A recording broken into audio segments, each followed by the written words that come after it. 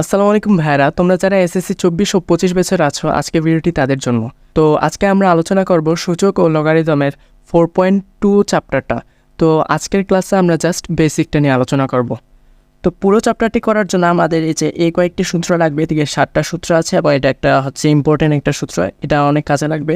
তো আমরা একে একে প্রত্যেকটা নিয়ে আলোচনা করব। তো এখন আমরা সূত্রগুলো দেখব যে লগ এ বেসড 1, অর্থাৎ লগ বেস যেটাই থাকুক, যদি আমাদের এদিকে মেইন সংখ্যার জায়গায় 1 থাকে তাহলে অলওয়েজ এটার মান 0 আসবে। ঠিক আছে, এটা হচ্ছে আমাদের প্রথম সূত্রটি, এটাকে বলা হচ্ছে শূন্য লগ। তো দ্বিতীয় সূত্রটিতে আমাদের আছে লগ এ বেসড এ। তো এদিকে আমরা যে কোনো কিছু নিতে পারি, যেমন লগ 10 বেসড 10, অর্থাৎ মানে বেস এবং মেইন সংখ্যাটি যদি 1 হয় তাহলে অলওয়েজ মান 1 আসবে। ঠিক আছে, এটা হচ্ছে আমাদের এদিকে যাই থাকুক, বেস এবং মেইন সংখ্যাটি যদি 1 হয় তাহলে আমাদের মান 1 আসবে। 1 বলতে মানে দুটো যদি মিলে যায় তাহলে হচ্ছে মান 1 আসবে। তো এদিকে আমরা হচ্ছে এ দিয়ে সূত্রটি বোঝার জন্য লিখেছি। তো log a based 1, log a based A is equal to 1। তো থার্ডে আমাদের যে সূত্রটি আছে, এই যে 3 এবং 4 নাম্বার সূত্র, এই দুইটি সূত্র অনেক বেশি ইম্পর্টেন্ট, এগুলো আমাদের সবসময় কাজে লাগবে কন্টিনিউয়াসলি, এটাও অনেক কাজে লাগবে।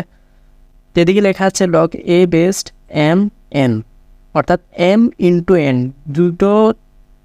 দুটো রাশি যদি আমাদের এভাবে গুণাকারে থাকে তাহলে কিন্তু আমরা এইভাবে বেসটা দুটোতে আলাদা আলাদা লগ এদিকে এ হবে, তো দুটো কিন্তু আমরা আলাদা আলাদা লিখে এভাবে যোগ আকারে লিখতে পারি, অর্থাৎ লগ এ বেসড এম একবার, অর্থাৎ এদিকে কিন্তু ইন্টু আছে একটা, আমাদের মনে মনে এটা ধরে নিতে হবে।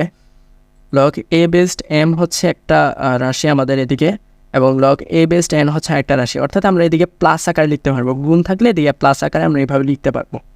তো 4 নম্বর সূত্রটিও সেম, এটা হচ্ছে ভাগ আকারে আছে, ভাগ আকারে থাকলে আমাদের এদিকে মাইনাস হবে। ঠিক আছে, এদিকে হচ্ছে যে মাইনাস হবে, অর্থাৎ আমাদের এদিকে ইন্টু থাকলে প্লাস হবে এবং ভাগ আকারে থাকলে মাইনাস হবে, গুণ আকারে থাকলে প্লাস হবে, ভাগ আকারে থাকলে মাইনাস হবে।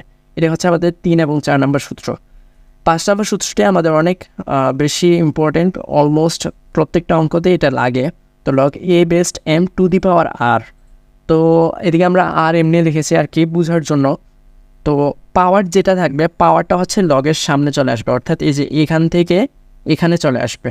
ঠিক আছে, অর্থাৎ আরটা আমরা এখান থেকে এদিকে নিতে পারবো এবং এখান থেকে এদিকে নিতে পারবো, পাওয়ার থেকে ডাইরেক্ট সংখ্যায় নিতে পারবো। তো এদিকে দেখতে পাচ্ছ যে তোমরা এদিকে হচ্ছে আরটা এদিকে নেওয়া, এখান থেকে এদিকে, আবার এখান থেকে আবার সেম, মানে দুটো সেম। তো 6 নম্বরে আমাদের যে সূত্রটি, এটা তেমন লাগে না, এটা হচ্ছে অতটা ইম্পর্টেন্ট না, ভিত্তি পরিবর্তন সূত্র বলে আর কি এটাকে। অর্থাৎ আমি যদি এদিকে ভিত্তিটা পরিবর্তন করতে চাই তাহলে আমরা এইভাবে লিখতে পারবো, এটা জাস্ট এমনি, এটা এতটা প্রয়োজন নেই। তো 7 নাম্বারটা অতটা লাগে না, এটা হচ্ছে মানে জাস্ট মেইন সংখ্যা এবং ভিত্তিটা উল্টিয়ে দেওয়া, অর্থাৎ বেস এবং মেন সংখ্যা উল্টায় দেওয়া যায় এভাবে 1 লিখে। তো এটা আমাদের অতটা ইম্পর্টেন্ট না, এই দুইটা আমাদের অতটা ইম্পর্টেন্ট না। তো এই লাস্ট যে সূত্রটা আছে এটা ভেরি ভেরি ইম্পর্টেন্ট। তো log a based x is equal to N. তো আমরা লগটা কীভাবে উঠাবো, অর্থাৎ আমাদের যদি এদিকে এক্স দিয়ে দেয় এবং এদিকে কোনো মান দিয়ে দেয় তাহলে আমরা এটা কীভাবে করবো। ঠিক আছে, আমরা একটা উদাহরণ দিয়ে দেখাচ্ছি তাহলে বুঝতে সুবিধা হবে। তো অনুসরণী 4.2 2 নম্বর যে অঙ্কগুলো আছে এটার হচ্ছে ক নাম্বারে এরকম প্রশ্ন আছে, ক, খ, গ, এবং এই 3টা হচ্ছে এরকম কোয়েশ্চেন, এগুলো সৃজনশীলে এসে থাকে। তো এদিকে হচ্ছে আমাদের এক্সের মানটা নির্ণয় করতে হবে, log 5 base x is equal to 3। তো এখান থেকে এই সূত্র অনুযায়ী আমরা কী লিখতে পারি, এক্সটা আমরা ডাইরেক্টে যেভাবে এখানে আছে এক্সটা আমরা লিখে দেবো এদিকে, বা এক্স ইজ ইকুয়ালস টু, এদিকে আমরা কি জানি যে এটা মানে যেটা বেস আছে, বেসটা হচ্ছে মেইন সংখ্যা চলে আসবে। তো এদিকে বেস কি আছে, 5 আছে, তো 5টা আমরা মেইন সংখ্যায় নিয়ে আসছি, তারপর যে মানটা দেওয়া আছে এটা আমাদের পাওয়ারে চলে আসবে। তো এই যে এদিকে 3 আছে, 3টা আমরা পাওয়ারে লিখে ফেলছি। তো 5 হোল কিউব, এটা হচ্ছে 125। তো এটা হচ্ছে আমাদের এক্সের আনসার। তো এরকম কিন্তু আরও অনেক অঙ্ক আছে, আশা করি তোমরা যে এই সূত্রটি কীভাবে কাজ করে এটা বুঝতে পেরেছো। এটা একটু গন্ডগোল লেগে যায়, তোমরা একটু প্র্যাকটিস করলে এটা তোমাদের মাথায় থাকবে। তো এই ছিল আজকের ক্লাস। পরবর্তী ভিডিওগুলোতে আমরা একে একে প্রত্যেকটা অঙ্ক নিয়ে আলোচনা করবো, একদম পুঙ্খানুপুঙ্খ আলোচনা করা হবে প্রত্যেকটা অঙ্ক নিয়ে। আশা করি তোমরা এই প্লেলিস্টের প্রত্যেকটা অঙ্ক দেখবা, তাহলে তোমাদের বুঝতে অনেক সুবিধা হবে। তো আজকের জন্য এতটুকুই, আসসালামু আলাইকুম।